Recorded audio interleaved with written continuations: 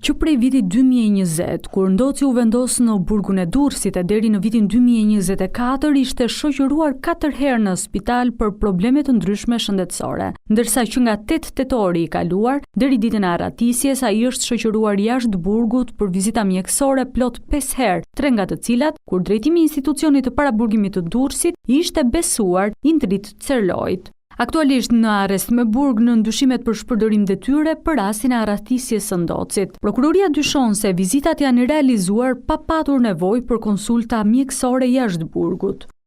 Duke marrë në konsiderat rritjen e frekuencës së daljeve në një periudhë relativisht të shkurtër dhe duke e krahasuar me historikun e mëparshëm të daljeve të tij për spital, ekziston dyshim i arsyeshëm se këto planifikime për vizita mjekësore për në spital, që përkojnë me periudhën tetor 2025 janar 2026, janë fiktive. Një tjetër element i dyshimit është dhe fakti se daljet e ndocit për në spital nuk janë regjistruar sipas procedurave.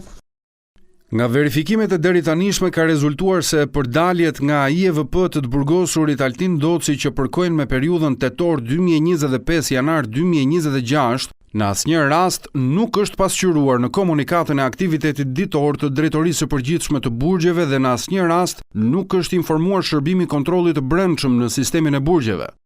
Rasti i ndocit nuk duket të jetë një episod i izoluar në burgun e Durrësit ku nuk kanë munguar favoret ndaj të paraburgosurve kundrejt pagesave në para. Nga informacionet e përftuara në kohë nga shërbimi kontrollit të brendshëm të burgjeve rezulton se shpesh herë shoqërimi për në spitalit të burgosurve që kanë rrezikshmëri të lartë shoqërore, si dhe me gjendje të mirë ekonomike, dyshohet se kryet për t'u mundsuar favore të ndryshme, kryesisht takime speciale këtyre të burgosurve kundrejt dhënies së rishfetit, drejtuesve të institucioneve dhe personelit përkatës.